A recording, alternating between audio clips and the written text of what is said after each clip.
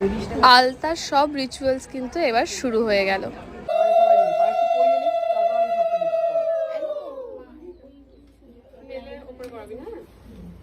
আমার দিদির বিয়ের সময়ও যখন আলতা হয়েছিল তখন কিন্তু আমি আমার দিদিকে আলতা পরিয়ে দিয়েছিলাম, আর সেম আমার বিয়ে যখন হচ্ছে তখন আমার দিদি আমাকে আলতা পরিয়ে দিচ্ছে।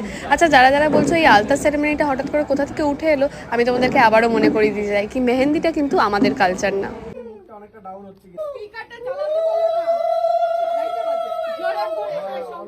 এখানে আমার সব পিসি মাসিরা সবাই ছিল, দিদিরাও ছিল, এবং সবাই কিন্তু সুন্দর করে আমাকে যখন সাজানো হচ্ছিল খুব সুন্দর সুন্দর গান গাওয়া হচ্ছিল।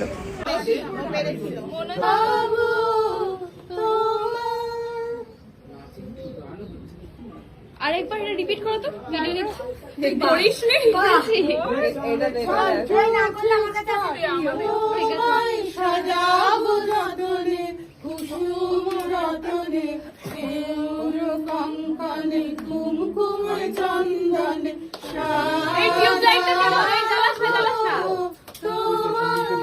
পায়ে ওদের কাছে পাতল দিয়ে ইনসাইড যাচ্ছে কণ্ঠে দোলাইব মুক্তা বালিকা ফ্যানটা না ওই ফ্যানে জড়িয়ে যেতে পারে, ওই জন্য আমরা রিস্ক নিই। এই আমরা সাইডিং করো, সাইডিং করো, সাইডিং করো। তালে রাখে অনেক না একটা সরু তুলি আছে, তাহলে ছোট পুটিগুলো দেয়া। মা আর দিদি কিন্তু দুজনেই পাশে বসে সুন্দর ছবি তুলছিলাম, আর এখানে কিন্তু আমরা অনেক অনেক ফটোশ্যুট করেছি, যে ছবিগুলো তোমরা আস্তে আস্তে দেখতে পাবে। আর বাঙালির বিয়ে মানে পায়ে আলতা বা হাতে আলতা হবে না, ভীষণই ভালো লাগে। আমার তো এই জিনিসটা খুবই ভালো লাগে কি একজন বেনারসি পরে থাকবে, তার পায়ে হাতে আলতা থাকবে। আর এটা একটা নতুন জিনিস, আর এটা নতুন ধরনের একটা জিনিস যেটাতে আপনারা পরে দেখতে পাবেন একটা খুব বড় সারপ্রাইজ আছে।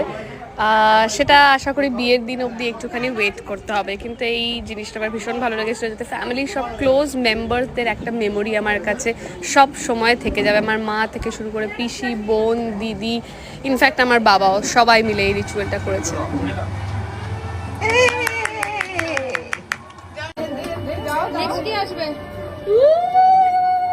যেহেতু পরিবারের সবাই মিলে এটা করেছে, সেই জন্য এটা আমার কাছে একটা মেমোরি হিসেবে সারা জীবনের জন্য থেকে যাবে। এটাতে আমি যতবার লুক ব্যাক করবো ততবারই আমার ভালো লাগবে। আমার বন্ধু বান্ধব ফ্যামিলির সব মেম্বাররা মিলে একটা সুন্দর রিচুয়াল পালন করেছি আমরা। বাবাকে ডাকিস।